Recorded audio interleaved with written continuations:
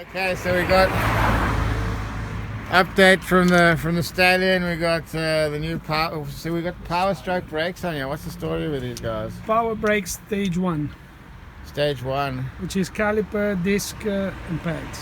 See, so this has really transformed this truck from a pretty stock standard Fortuner into something that this can take out a 120 Prado, I think. I don't know, but it drives nicely. I mean, with this clearance, it's definitely in the conversation.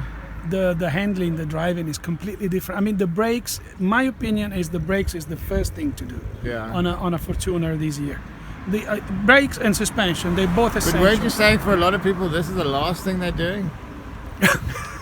For some reason they like to, they prefer to put a bash plate. I mean, you have these expensive cars with friggin' they don't even upgrade the brakes.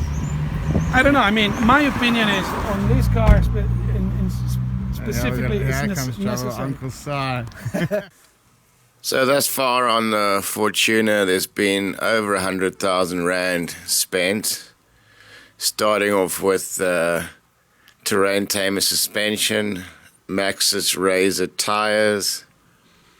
The suspension was a 2-inch lift, followed up by the 8mm aluminium bash plate from Gear Up 4x4, but they couldn't get the side steps done in time, so he went to Gobi X to get those done. Very good stuff. That's where Paul Marsh gets some of his work done. And then the Power Stroke brakes, because with the better handling and the more payload, you need better brakes. And interesting, Mara said that a lot of people don't even change their brakes. They spend 100,000-200,000 Rand upgrading their truck, and they don't do the brakes, which should be the first thing you do when you add weight and potentially a bit of performance onto the truck. So there you go. We're going to take this out into the bush when Super Mara gets back from Italy. So keep them peeled. We'll catch you next time, Africa Sideways.